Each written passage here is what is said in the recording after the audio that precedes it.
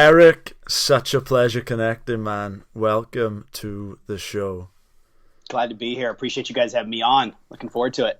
Pleasure, man. So, I want to actually start this conversation off in a different kind of way. I've listened to all your other interviews, and we think that we'd like to just start off on like a different path. So, we've had quite a few people on the show that have had a path similar to yours. They're very entrepreneurial. Some of them have gone down one or two different routes. Some of them have ended up in jail. It's a topic we'll cover today. But when we were talking about it earlier, the one thing which we noticed was that every single guest we've had that has been to jail, the women that they always have around them are always are always unbelievable. So man, so something I'd like to ask you is have you noticed a correlation between the women in your life and them liking the story of the bad boy? So you're definitely the first to ask this question, 100%. I wasn't expecting this, but yeah, let's ride it out. It's definitely, it's shown up for sure. So the bad boy image or whatnot, especially the turnaround. So it's one thing to have, you went down this dark path and you've been through this, went to prison and been through this experience. But then when they hear about the turnaround, I think it's that much more impactful. So yeah, that's definitely shown up since getting out for sure. I love it. I heard Jordan Peterson talking on a different episode saying the women want a nice guy that secretly deep down is a monster. But he can control the monster, yeah. That mystery, that little, that image for sure. So I see that 100%. Man, amazing. So if you want a girl, if you want the girls to flock to you, just go to prison for a couple of years and you're gonna be good to go, right? Man, I'm single now, so maybe I'll have to consider it. So let's dive into your story, Erik. So yeah. I'd love to start off right at the beginning. So we'll work our way through in like a chronological order. So I'd love to know, I've heard you talk about you have this athletic background. I think you've talked about that it may run in your family with your brother being professional in tennis, I believe. So could you just take us back to where it all began on the story, maybe the early years? Yeah, so growing up for me, I definitely came from an athletic background. My mom, she taught me God. Dad taught me sports. So I grew up a Catholic household, went to a private Catholic school here in Orlando, Florida, and sports was, that was my bread and butter, right? It was like that positive outlet that I had that I can turn to. And growing up, one thing I noticed that I always wanted to have was kind of that center of attention. I wanted the spotlight on me. And when I didn't get it in a positive way through sports, I would act out, class clown, like I would get it in a negative way, right? And then going into middle school, another big thing for me was that entrepreneurial spirit got tapped into. Because again, looking for that spotlight, I started selling candy, I started selling CDs, and I had like the color-coded, like full catalog. You could buy the upgrades. I had the upsells there for you, and I'm in sixth grade, right? So, getting into high school, still playing sports all through middle school. Started tapping into the entrepreneurial spirit, got into high school, and this is where things kind of took a turn because selling candy and CDs isn't really a cool thing to do when you're in high school, right? And so at this point, I had started dabbling, smoking a little weed, drinking on the weekends or whatnot with the friends. And the thing for me was I had already been exposed to some of this stuff because when I was playing basketball at a younger age, I was fairly good. I was playing up 2 grade levels. So I was hanging out with 8th graders, a couple grades above me when I was in 6th grade. So I had already been exposed to this stuff. So in 9th grade, I basically just hit the ground running. And so when my friends, new friends I was meeting in high school or whatnot, we started smoking, my mindset was right away and I didn't even look at it, this wasn't even a big option for me. It was, hey, if I'm going to smoke this, I might as well sell it. It was basically as easy as of a decision as when I said I was going to sell candy for some extra money. There was, for me at least, which is when you look back at that, it's like, why didn't I weigh that? What was it about my personality or that I didn't put this, this is kind of a big decision. But I just went right in, and basically that's where it all slowly but surely started going downhill was that decision right there. So at what age is this roughly by you? This is 14 years old. So Yeah. you're around 14 years old, you're playing up a couple of levels in sports. So I imagine with that comes the sort of, maybe even an ego. It brings about that sort of star status. You must have been obviously looked about, quite, or been very well respected for that, I mean, at your own age. Do you think that played a factor in what followed on afterwards? Man, I think ego plays a factor in just about everything, and when you're younger, I mean, you don't look at it like, again, for me, it was all about just having that spotlight, being like respected and liked by all my peers and being cool. Like I put so much weight on what everyone else thought around me, about me and how I, what I was doing and, fitting in and standing out. Like that was just such a big driver for me. And freshman year, I actually decided at that time, I broke my dad's heart, man. At that time, I decided I was going to stop playing basketball and basically go all in on, in so many words, selling drugs. Right. I was like, I went from sports to just social life. Like that was the big switch that I had. And, my parents are great people, loving parents, but they never taught me life skills. I was never taught goal setting. I was never taught, creating a vision for yourself. I was never, what's in the future. It was always very day to day for me. And like I said, my mom, anything that ever came up, it was go to God. And then my dad was sports. So when I quit playing sports and I was already not, given resistance about going to church on Sunday, like, man, I was just in my own world at this point. And I really turned to my peers and that social acceptance and just being in that world. That was like, that became my everything. Erik, how do you define shiny object syndrome, and in what way did this have an effect on your life personally? Great question. Yeah, Lewis. So I'd say shiny object syndrome is seeing something that a lot of times I think it has to do with instant gratification versus delayed gratification. So shiny object syndrome in many cases, I think, is we think we're going to get this boom, something like this is going to be easy.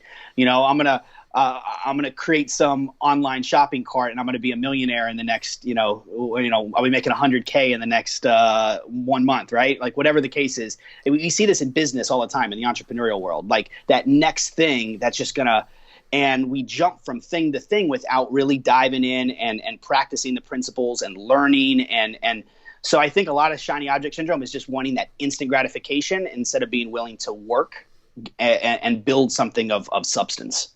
So if we link this back now, so you've just talked about you've gone against the grain, you've sort of disappointed your father in that route, and you've now decided, okay, I've dabbled in this sort of thing, I've got entrepreneurial tendencies, if I'm doing it then I may as well start selling it. Yeah. So what unfolds from there then, Erik? So what did you say, you were around 13? So what do the next sort of 10 years of your life look like from this point? Yeah, so I just kept going deeper and deeper down the rabbit hole. And it all started with just weed. But it basically grew into something that, I was selling to other kids at other high schools. As I was going up in class, I was getting people underneath me to sell. So I had kind of like this, pyramid marketing sort of thing going on. Yeah. Man, and it was like, I truly looked at it like I was running a business. That's in my mind. My thought process was always like, it's just weed. It's not a big deal. Like I'm already smoking it. Everybody's smoking it. Like, why can't I be the one to make a little money on the side? Right. And I remember at one point I even tried to convince my parents what I was doing was okay. Like I'm an entrepreneur type of thing. And they definitely weren't having it. But so I went all through high school in that space. And then post high school, I got introduced to we had like a pill epidemic that swept through Florida. Was this called the Oxycontin or the Oxy Express? Yeah, that's it. So yeah, that we had the documentary, the big one, the well-known one is the Oxycontin Express, I think, the Oxy Express or Oxycontin Express.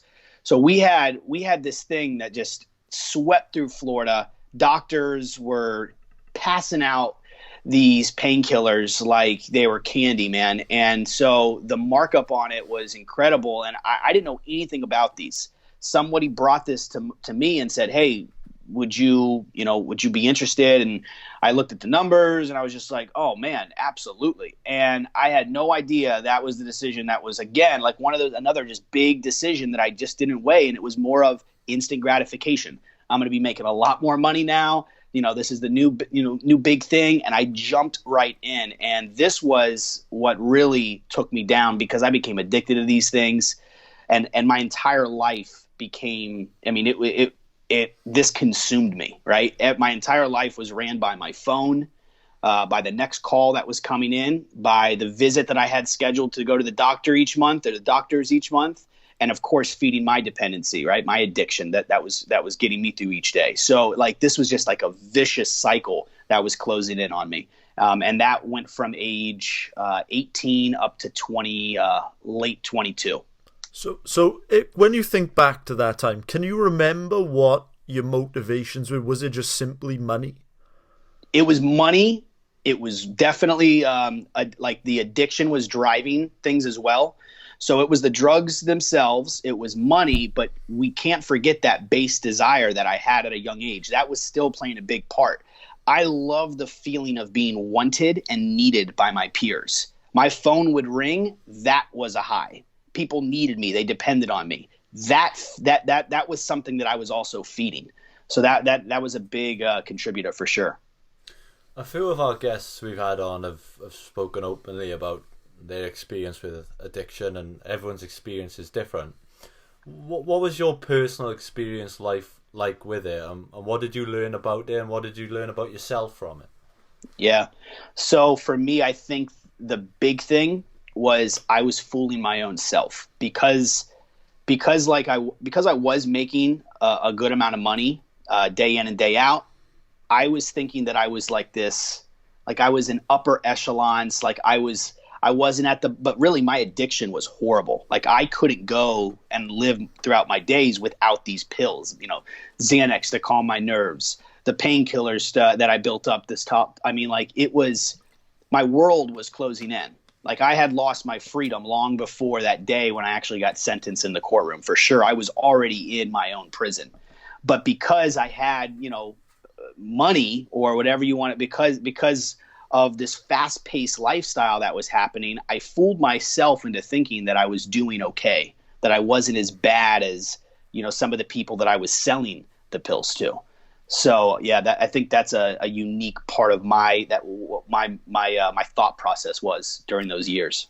Do you know what's interesting is when we've spoken to people that have had some sort of a similar path to you, they may have wound up in various social circles, and they may have gone down the path of jail. We've interviewed quite a few people now that have been there. What we find interesting is that the people that turn their life around, what we find is that it's essentially like a flywheel, but in the same way that it can be positive and it can be negative, because you make one, say, decision which could have a harmful effect on you or your life, and then you'll probably make another one, and then the wheel just keeps turning. But in the same way, you can make it can go the other way. Yeah. Was that your experience as well? Yeah, it was a series of, so I gave you so far 2 big decisions. That first decision to start selling weed, the second decision to start selling pills. Like those were 2 big decisions in my life. There was a series of small decisions throughout that on, I brought in a lot of other different drugs than just those 2 things, here and there, and just doing different things, but it was all moving me deeper and darker and nothing positive. Getting to prison, sentenced to 4 years, starting that journey, same thing. We're looking at the big decision. All right, I want to change, right? All right, I'm done. I'm going to do whatever it takes to change my life. Big decision. And then it was a series of small decisions and small steps over and over again. And slowly, momentum changed, it shifted, and now we're going in the other direction. Just so our audience can get the most out of your story, as we're describing it, I want them to get a sort of a feeling for it. And during the process of getting sent down, if you could you describe what the process of that was like, and what it was like for you on the inside, and how it affected you and your family at the time, I guess? Yeah, I mean, you can imagine my parents. So I was facing life in prison. I was arrested for armed robbery.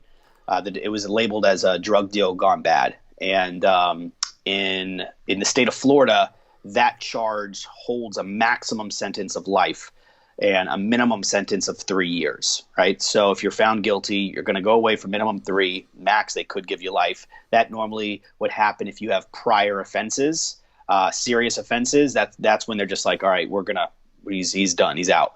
So this was the first time I had gotten in serious trouble. So we knew I wasn't going to get that amount, I wasn't going to get life, but we didn't know what I was looking at. The state wasn't working with us. And you can imagine my parents, and coming from, middle class suburban Orlando, Florida, like my mom was devastated. My dad, they were embarrassed. They knew what I was up to. They knew what I was doing. I just don't think they thought it was gonna, I don't think none of us knew, right? It was just like hoping for the best, that I would maybe one day just get out of it or like wake up or something. And so now I'm sitting in county jail waiting to go to trial, and my back's against the wall, like it's happening. I'm thinking I think I ruined, like my life's over. I'm done. I'm like complete despair. I'm at the bottom of bottom. I'm sitting in my cell, just like, under my blanket at nighttime, just questioning, like, why did I do this? What, like, why, like, why me? Why? And so lost, so scared, so confused. And we ended up catching a real big break in the case. The state prosecutor, who wasn't working with us at all, she ends up quitting. She gets married. She quits. The new state prosecutor that comes in was a public defender way back in the day with my attorney. They were both public defenders with each other way back in the day before they had started on, at the start of their careers. And so they're like friends. And this was huge. And basically he says, I can't give your client the minimum, which is the 3 years, but I'm going to offer him 1 year over. We're going to offer him 4 years. That's what the state offered me. And my attorney looked at me and says, if you don't take this, he's like, I'm walking. You're going to have to hire someone else, like, because this is as good as it's going to get. So I remember telling my dad in county jail, like, all right, let's do this, man. This was before we actually got the sentence. I told him, I said, I want to do whatever amount of time I need to change my life. I had come to terms that I was going away. I came to terms with what was about to happen and what I was going to step into. And I got on the phone with him. I remember this call. So I'm ready to do whatever amount of time I need to do, God wants me to do, to change my life. Not a day earlier, not a day later. And it was like 2 weeks later that we got offered that 4 years.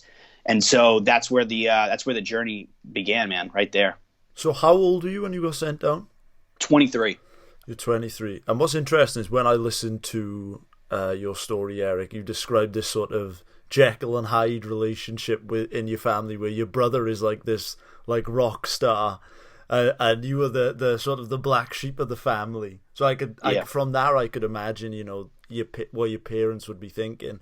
But I'd love to know, if we just focus on the jail experience for a minute, what was, say, the first year, 2 years? When did you really start to... Could you just talk us through the actual journey through jail, and then what eventually, led to you turning your life around? Yeah, so, you get in this new world. Like, jail's one thing. It's like that holding tank. So everybody's waiting to go to court. Everybody's waiting to get sentenced. I got sentenced, got on a bus with maybe like 15, 20 other inmates, and we're all getting shipped from county jail in Orlando. We're all getting shipped to go up north Florida. It's like a 6-hour drive. We're in a bus. We're shackled up, two per seat. My shackles connected to his, going from the ankles up to the wrists, and a 6-hour bus ride, like so uncomfortable, and just you're driving towards something that you have no idea. A lot of these guys on the bus, they've been to prison before. This is my first time. I have no idea what I'm stepping into. I've heard the stories, a couple older school inmates put me on some game. Hey, you're going to expect this, stay away from, kind of gave me a little rundown, but this is my first. So I remember pulling up to this facility, and the outside, they've got like the gardening's done, and like they got flower beds, like welcome to Holmes CI, Holmes Correctional Institution. And I'm like, oh man, like this, I was like, this place is like, what, like this doesn't even look at all like what I thought, what I imagined. But then you go in, and as you get down and you kind of go past the start of it, it's just barbed wire, brick buildings. It is nothing on the inside like that. Everything's worn down, and just like, oh man, okay, now I see, like, that's where the visitors are, right? The visitors only see that little area right at the top, right when you come in. And so starting this journey, I get into this place and I'm shell shocked, man, because I'm in this new environment, this new world, and this place is everything that you've ever seen any documentary say it is. Action movies, sometimes they'll exaggerate those scenes. Like, that could never happen in real life. Prison movies are probably the only type of movies that they don't exaggerate, they underplay it, because it's too much to show like everything that's, I mean, it's just, it's really, man, it's shocking how people are living in there and what there is. Just so getting in there and having to kind of basically adapt, right? I'm sitting back, I'm just watching.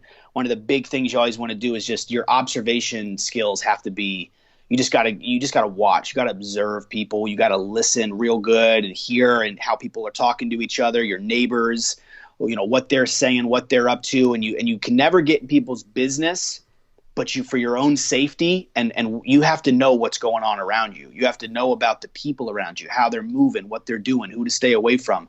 And so the first 2 weeks, I'm just processing. I'm just taking everything in. I'm just observing, having very small conversations. But then you get adjusted. And at this point now, it's at this point, you have to kind of, how are you walking? How are you moving? Who are you associating with? Who are you talking to? What are you up to? And the big thing for your listeners, I want to share here, this is one of the biggest takeaways that I got from prison.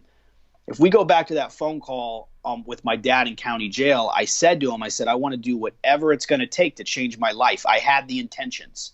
So our listeners right now have the intention to go to the gym, right, and drop the 20 pounds, get shredded, get the muscles. They have the intentions to write the book, start the online business. They have the intentions to kick the habit, step into a greater self, kick up the self-care, like all these intentions, fix the relationship.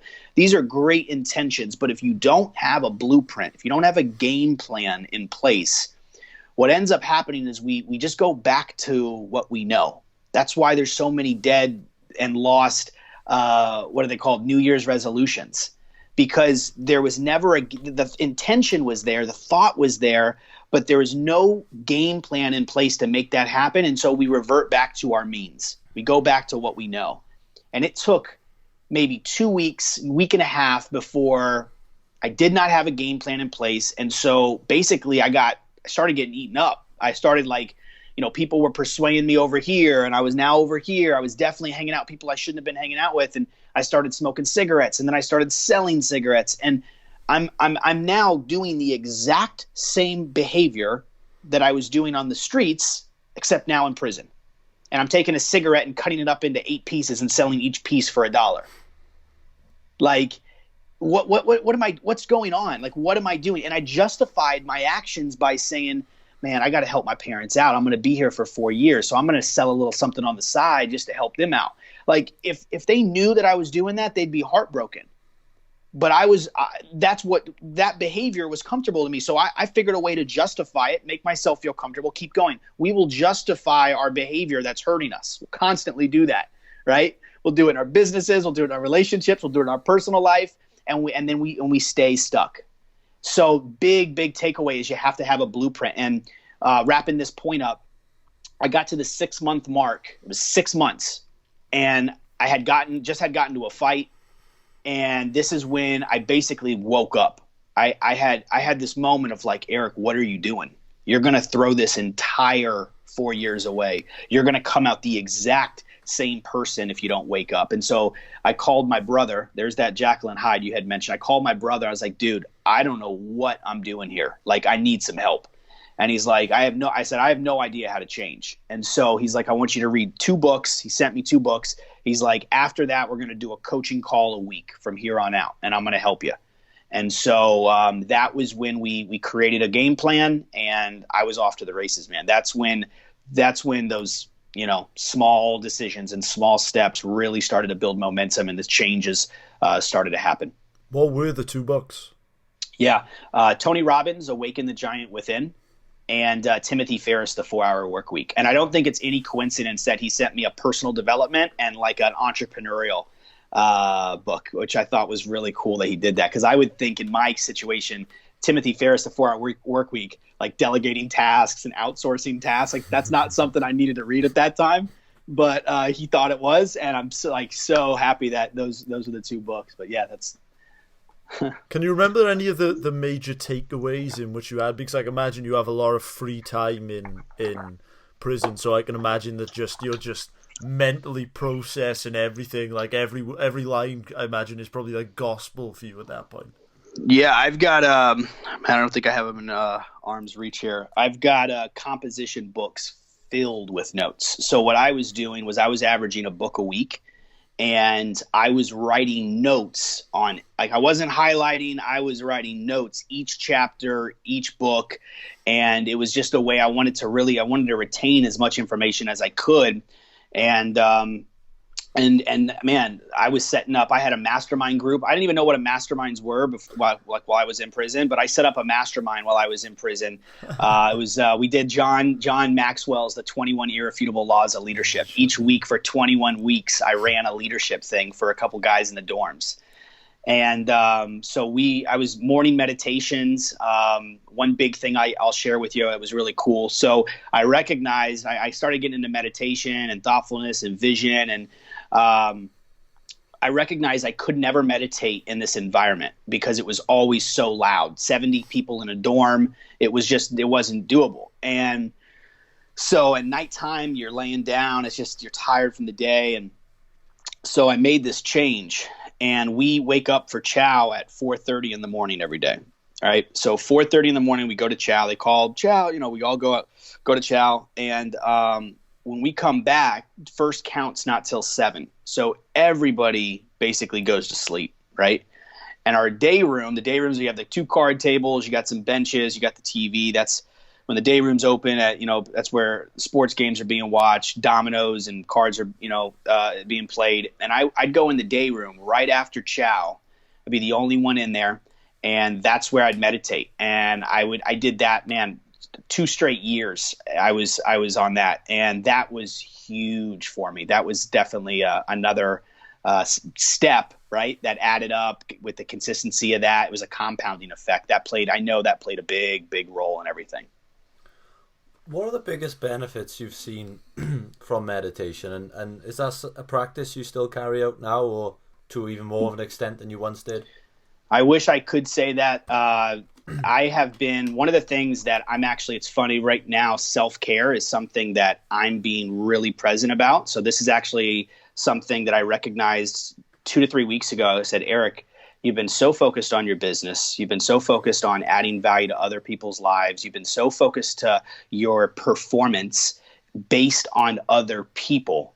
You've neglected where this all started and how you were able to get to this place in the first place, which was for 4 years, or I should say 3.5 years, self-care and self-love and meditation, all this stuff. It wasn't for me to perform better for other people. It was for me to perform better and change as a person. It was for my personal growth. And getting out, I was still meditating, and I still had, I had my morning routine, but I recognized, I've been out for 2 years and I think 5 months now or so. I recognized, especially as things started to pick up, I recognized that I was doing these things no longer for myself. I was doing them so I could perform better in my business, which I guess you could say it's for me. But really, my thought process wasn't like, Erik, you need this. Take this time because you love yourself, and this is what's important. It was always to perform better for others. And so in the last couple of weeks, this is a big thing. I said, all right, so these last 2 weeks of 2019, I'm really stepping into self-care again. And for the purpose of self-care, of the love for myself and wanting to be better and show up better, which in turn will allow me, of course, to show up better for my clients, my audiences, and the people I come in contact with. But yeah, so it's something that's been definitely a roller coaster. It's been its own thing. But it's one of those things, you just recognize it. And if you're thinking that you're lacking, if you're thinking, hey, you know what, I don't know what meditation would do for me, like try it out and take it small, 2 minutes, 3 minutes for a week. Every day you do a 3-minute meditation and work its way up from there. So, yeah. Going back to what we were talking about, I think the number of convicts in the US that get readmitted into jail after 5 years is 75.6. What do you think the prison system is doing wrong in that regard, and why have you personally being able to avoid being part of that statistic? Yeah, man, it's our prison systems. They're just not set up for rehabilitation. You've got to really want it. You've got to really want it. It's I would never say. I'm not going to say that every guard is evil, is bad. I'm not like I have no issue with authority, but a lot of the guards they don't care about us at all. They look at us like we're animals, right? They're not there to help us. A lot of, and rightfully so to an extent, because a lot of the inmates, they have a lot of time, and the way that they act out puts the guards in a place that they give up. They're like, even if guards come in, there was an experiment, Stanford, there's a documentary like the Stanford experiment or something, where they like faked a prison downstairs in the basement, and they watched and they saw as these normal college students that had the roles, and they were randomly selected, inmate or guard, and they saw that the guards, the ones that were selected as guards, many of them like got abusive and really got into this role. And so it was a pretty crazy documentary, and I lived that and I saw that, and so that's our authority, right? So those are the people that should be trying to orchestrate or provide some sort of like, hey, like let's give some options here. And there was things, there's classes, there's things there, but the entire system itself as a whole, it's just not set up for rehabilitation. It's sent to hold. It's sent to control and hold and really break the person down like that. And then you mix how the inmates are living with the violence, and it's just a constant game of chess day in and day out. And so it's just really tough conditions. I'd say the biggest thing for me is I created a vision for myself.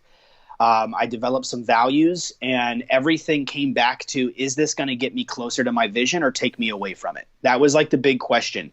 Is this going to take me closer or bring me away? Is this in alignment with my values or not? And when I made that decision and I switched over and I started gaining momentum from those small steps, man, it was like I became obsessed with personal growth is basically what happened. I've heard you discuss values on quite a few other shows now. So you really make me curious. What is this specifically about being aligned with values and the importance of it? And why is it so important for our values to be aligned with our mission? Yeah, so the big thing with this is it's like a moral compass. So if your number one value is family, but yet you're so obsessed, addicted, like many of us are, entrepreneurs, and you don't even have to be an entrepreneur. It could be corporate life, just looking to rise in the ladder, right? But you become so obsessed with like the growth of your business or, getting that to that next level that you're spending way more time and you're neglecting family, way more time on the business and you're neglecting family. So if your number one value is family, and and you're like that, your values are conflicted there. So the big thing here is like when we have to make decisions on what to do, or should I go down this path? Should I take on this new opportunity or challenge or whatever the case is? If you have some core values, integrity, discipline, family, whatever they are for you, health. If you have those in place and you know what those are, at that point you can basically, when these things come at you, you can, okay, this is in alignment with my values. This is a good decision. If it's in alignment with 3 out of the 4 or whatever the number is for you, you can say this is a good decision, take action on it. If it's not, then it's just a way of really maneuvering and using it as your moral compass and keeping you in check, because we all know when we're veering off, right? We know when we're stepping outside where we should be. We know when we're not where we're supposed to be. And that's a slippery slope. And it will snowball is basically what happens. It's interesting you talk about this, because I went on a couple of dates with this one girl, and one of my values is punctuality. I like being on time. Yeah. And the first time she was like 20 minutes late, and then the second time she was like 30 minutes late or something. Oh man. Honestly, I just said to her, look, this is never in a million years ever gonna work, you know. Did you have that conversation with her? Oh man, on the second time I just said, look, this is never in a million years gonna work, you know. Like if like one time I suppose you can understand, you know. So, but you know, like we said earlier, man, maybe I'm gonna have to go to jail for a couple of years. So one thing I'd love to pick you up on is earlier you said that you're in this jail, and just thinking it back to that Tony Robbins book, Awaken the Giant Within. I know in that book Tony Robbins talks about the power of decision. I know that in the book he says, you know, that it's not time or it's not options that change your life. It's decision. The decision to end the relationship, the decision to start a business, the decision to tell someone you love them. So can you remember when you made that decision, and how long did it take after that for you to really see substantial changes in your life, your mindset, your outlook? Yeah, so the decision was made in county jail, didn't have a game plan, fell completely off track, woke up at 6 months and just said, okay, I've got to take some intentional specific actions. That was basically like really stepping into that decision I made. Putting a game plan in place was at that 6 month mark. And then it was just from there, after making that decision, right, and following through with the game plan for it, right, and just like with health, if you're going to make a decision to lose 20 pounds, please don't think that you going to the gym 3 days a week is going to, I mean, man, that's just, that's not a recipe to hit the mark. You know, we're going to have to talk about things like your nutrition. We're going to have to talk about things like what type of workouts you're doing that's going to help you out. We're going to talk about cardio. We're going to have to talk about specific things that you're going to have in place. And so it's make that decision. For me, you know, when I did that, it was just a matter of now all my action steps were in alignment with that decision. Everything I was doing, the conversations I was having. I mean, I even at one point changed the way I physically was walking. I made it. I had said to myself, Erik, your future self is not going to walk like this. He's going to walk with his shoulders back, his head is up. He's going to look people in the eyes as they pass. He's going to smile. Like that's how he's going to walk. So I literally changed the way that I physically walked to go in alignment with, again, that decision that I'm going to change my life and I'm going to step into a greater self. Erik, can you explain to our audience what the ROCK framework is and how it impacted your life and maybe how it can impact everyone's life? Yeah, absolutely. So the ROCK was developed while I was in prison. This was all about basically building your rock solid foundation. This was a speech that I actually used while I was in prison. This was the one I used in the speech competition, which was really cool. I ended up getting published in a local newspaper while I was in prison for a speech contest. It was three different prisons competing here. And so the ROCK was developed and again, all about creating your rock solid foundation to build on. And you can use this in all different areas of your life. So the R is kind of going back to that decision, like raising the bar. You have to consciously say to yourself that the level that you're playing at is no longer where you want to be. You have to say that where you're currently at is no longer acceptable, right? You have to say if you've been operating at a 7 for the last year, you have to raise the bar consciously and say, I'm going to be operating at an 8. Okay, great. That's awesome. Now, how does an 8 operate? What are the things that the 8s are doing out there in the world that you and the rest of the 7s are not? That's what we need to start adding into your daily routine, in your weekly and monthly routines, your quarterly routines, right? And so once you raise the bar and you step into that higher self, slowly but surely, one step at a time, what's going to happen is your thought processes are going to, your old stories are going to come back, right? We've got these stories about ourselves that for whatever reason we've created, that we're not good enough, we're not tall enough. Because I didn't go to prison, I can't land a bunch of girls. Like, we've got these stories that like hold us back. And so what happens is you have to own your thoughts. O is all about owning your thoughts day in and day out. And this is that, like, for me, I'm all for woo woo wah wah, let's do it. Because when you step into that positive mindset and that frame, you're operating in a different way. People recognize that. People pick up on that. When I was in prison, people came to me, they said, man, especially especially probably like 2.5 years in, once momentum and changes were really happening, people would come up and be like, yo, you're on a whole different wavelength, man. Like, what are you doing? Like, what are you doing, bro? And people picked up on it because I was walking in a positive mindset in the middle of a place where people are just like, this is just destructions all around, right? Despair and hurt and anger and pain is all around us. So that's such an example right there. And then since getting out, I've seen how having a positive mindset and showing up every day, day in and day out with that has affected how people talk to me, approach me, work with me, and all that. So the second of the rock, it's raise the bar. Then it goes into owning your thoughts. The third one is all about the compounding effect. It's consistency in your efforts, because you have to know that these things take time. For me, it took 3.5 years while I was behind bars. Like, that's what it took for me. So these things take time, and you have to accept that. You have to be okay with that. Again, it goes back to that question you asked earlier, Lewis, like shiny objects, instant gratification versus delayed gratification, right?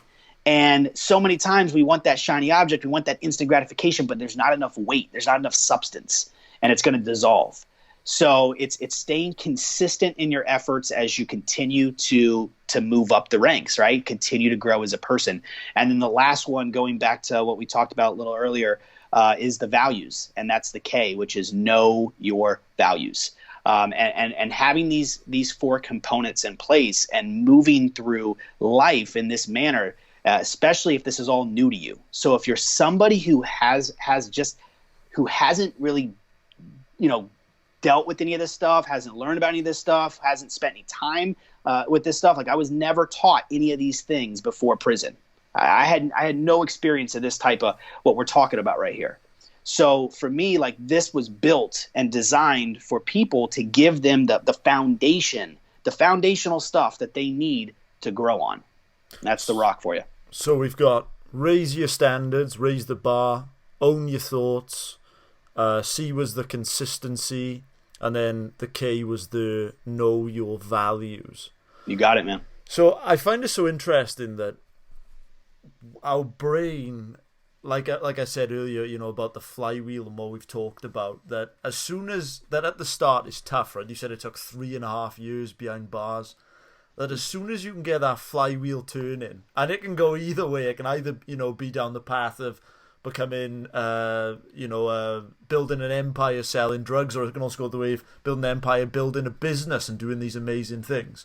What I find interesting is that it really can go either way, because as you start turning it, the healthy lifestyle leads to healthy habits. And I know that you undertook health and fitness projects as well. So this clearly shows like that as soon as the flywheel starts turning in that direction, that it can apply to all areas. So was it a bodybuilding show that you set yourself a goal? Yeah. So I did. Yeah, I was. Let's see. I was about 6 months out of prison, I think, and I had started lifting weights while I was in work release. So the last 9 months of my sentence was spent at a work release center where they did have weights. They don't have weights in prison like in the institutions. But when I got to the work release center, they did have weights. So I started lifting weights. I started seeing some changes. I had started really, I started studying, and, it just became an outlet for me, it became a release for me. And when I got out, when I officially got out, I went and got a gym membership, continued to go down that path. And I realized it's kind of going back to my sports days, except instead of sports, it was just weightlifting, right? It was just going to the gym. And so I recognized, though, I wasn't getting the changes I wanted, and that's when I reached out to a coach. And I hired my first coach, and I made a decision that I wanted to get on stage, and I wanted to compete.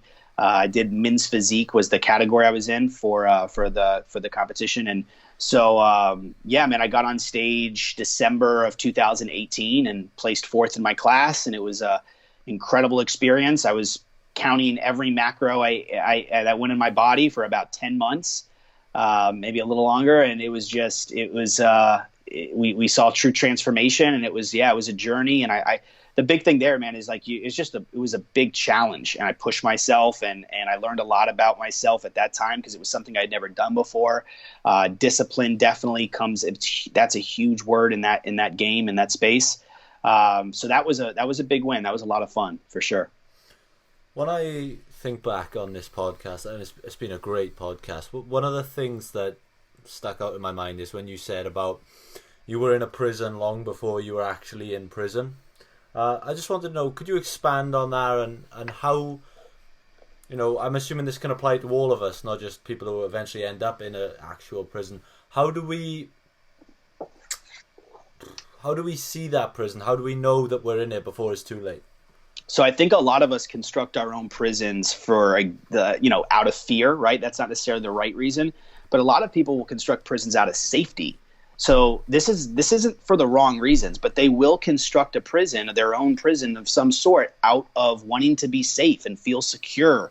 And that very prison can keep us in a place that we're not really crazy about. Like, we're not unhappy, but we're just kind of going through, right? That's the monotony of life that we hear about, right? Just day in and day out. And so we can construct our own prisons in many different ways. And what I recognize for me is that we can be in prison without physically being in prison. We can be chained down by our addictions and destructive habits. We can be restricted by our fears and insecurities. We can be trapped by our limiting beliefs and negative mindset. These are things, anger, overindulging, overeating, oversleeping, overreacting. Like, these are things that can confine us and trap us. And it's just a matter of recognizing. It's just a matter of calling ourselves out and basically just saying, like, this is an area that I want to improve in. The most recent one for me is I recognized that I had been consuming anywhere from 400 to 600 milligrams of caffeine every day for the last 6 years. Like, in prison, I was drinking 3 to 4 cups of coffee. Once I got out, it was coffee with espressos, and then the pre-workouts have like 3, like, my caffeine intake was just through the roof, and I was feeling adrenal fatigue, and I was just like, okay, something's got to change here. Right. And so I made a decision. I'm right now 6 days, no caffeine. So this is this is the most recent one for me, but it's just recognizing, like, what could potentially be confining us or restricting us from showing up as our best selves. And it doesn't have to be a big thing, just small change. I went down, I took 1 cup off a day. And then the second week I took 2 cups off a day. And then the third week, you know what I mean? Like, don't beat yourself up, but just recognize where you could improve. That's the big thing, right? Recognize where you could be potentially boxing yourself in, and then take the necessary action. We are the Freedom Pact. We are all about freedom from limiting beliefs, freedom from societal conventions and norms, freedom from the rat race. So what I would love to ask you, Erik, is you spent just a little over 3 years in prison. In that sort of scenario, your time is, well, I suppose it could be your own in essence, because, I mean, you really had a lot of a lifetime in prison. You really, reconstructed your character. But in the same sense, that time, you only had a limited amount of freedom, in the sense that there were physical bars in front of you, or a door. So I'd love to know, how do you view time now, and what were the lessons which is led to you in terms of maybe what freedom really means to you now? Yeah, wow, it's a great question. I think for me, it's being able to show up day in and day out and live the life that I want to live, be able to control my actions and say, hey, this is again, going back to, like, this is an area I want to make a change in and make a change. That's freedom. Being able to say, hey, I want to help this person out and add some value to this person's life, whether it's monetary, whether it's knowledge, whether it's just some positive affirmations. That's freedom. Being able to, it's being able to show up every day. We wake up and we have a choice. How do we want to move today? Do we want to move with a positive mindset and find gratitude even in the things that are challenging us and hurting us or causing us struggle and problems? Or do we want to bicker and be angry and upset and frustrated and let that energy show up, right? We have this choice each day. That's freedom. And I think just, I'm a heart-centered alpha male. I'll say one thing. I love sunsets. A simple sunset, and I know this is corny or whatever, but like I always I constantly take pictures if there's a good sunset, and it's just this moment. It's just free. It's just like I'm here, I'm present, I'm just enjoying life, the world around you. And I think for a lot of us, especially if we have a fast-paced lifestyle, we have to remember to do that and just kind of slow down and just recognize all the little things. And because I took so much for granted, and I didn't recognize that till it was taken from me. So we move now into our final 4 questions that we've asked all of our 60-plus guests we've had on the show up to this point. The first one is, Joe said we were a show rooted in freedom. We're also a show rooted in action. Our audience love taking action. Is there a challenge that you can issue to our audience, something they can go away and do today that is, going to develop them as a person? Can you issue a challenge to us and our audience? Yeah, absolutely. So here's what I'd have you do. I'd have you categorize the, let's say, 3 biggest areas in your life that you want to put some focus in. So it could be health, one could be business, and one could be like relationships. I want you to, and the reason why we do this is because we want to separate them. We want to let your mind, and you have to write this out. You got to put this on paper so you can visually see, because we have all these categories in our lives. The problem is that when we don't like subcategorize them, it gets mushy. It gets too much. It gets overwhelming. Where do we start? So put it down on paper, map out 3 areas of your life that you want to see growth in for 2020. From those 3 areas, now pinpoint what specifically in those 3 areas do you want to achieve? Do you want to take form? Do you want to make happen? What shift? What change do you want to make happen? Write that out. All right. So it goes from the area to the intention to the specific thing that you want to create. And again, it's a visual thing. So you have to write this out so you can visually see it. And then from there, I'm going to ask you, what's the very first step you can take in order to gain momentum in making that happen? And then write the first step out underneath that.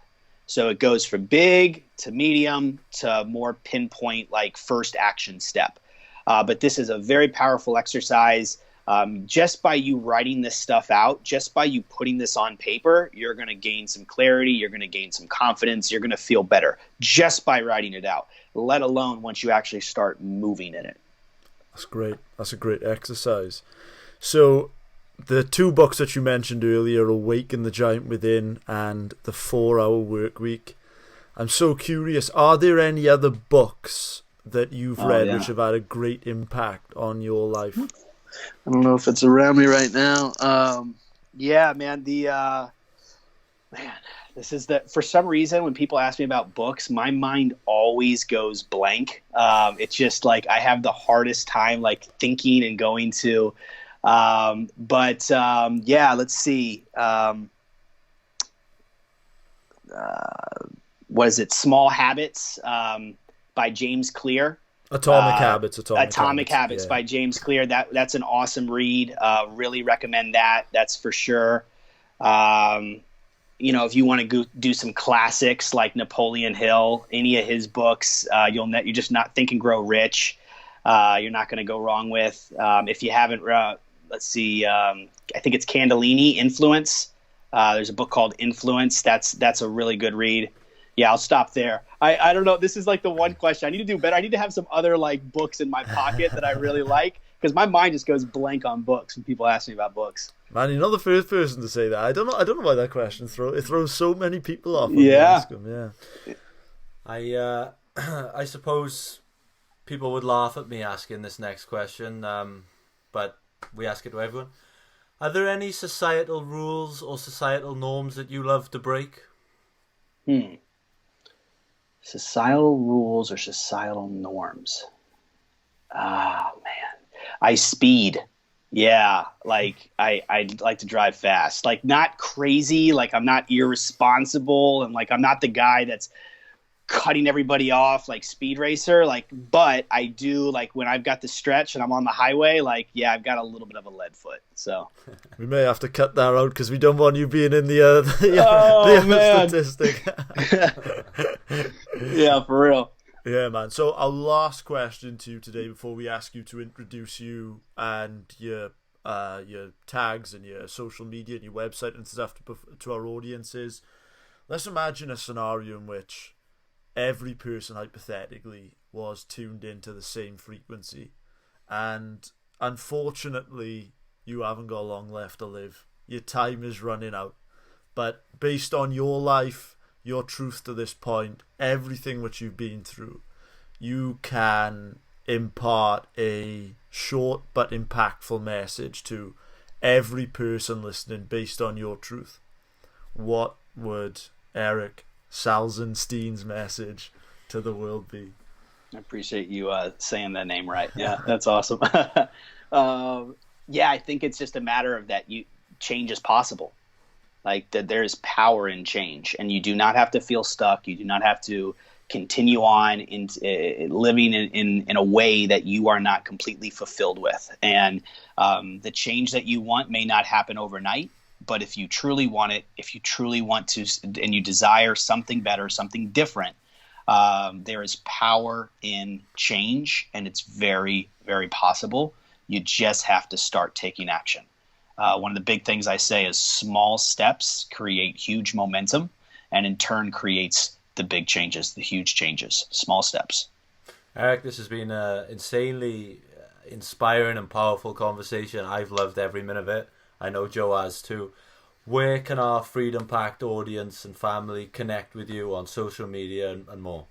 Yeah, absolutely. So if you guys, any of our listeners, if you're looking to bring on a speaker, I primarily speak in our youth, middle and high schools, colleges, but definitely open to talking anywhere I can add value. If you think my story could add value to your audience, to your team, please reach out to me. I think the easiest way is just social media, sending me a direct message. Of course, you can apply on my website at eriksalzenstein.com.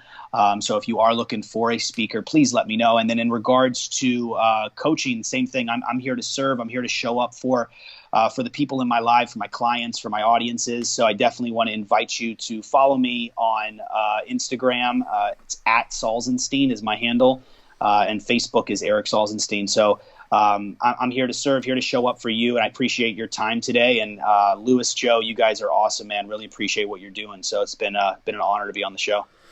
Erik, man, we can't thank you enough. You are the only guest that's ever reached out to us, and we probably get 10, 15 people reach out to us a week asking to come on the show, but you are the only guy that has ever reached out to us and that has made it past, man. Because I love it, man.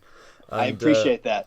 Yeah, man. And, we've thoroughly enjoyed speaking to you, and there's been so much value in this conversation. We've definitely learned a lot. So, man, we're grateful for you for coming on the show, and yeah, man, thank you so much. Thank you, guys. Freedom on, man.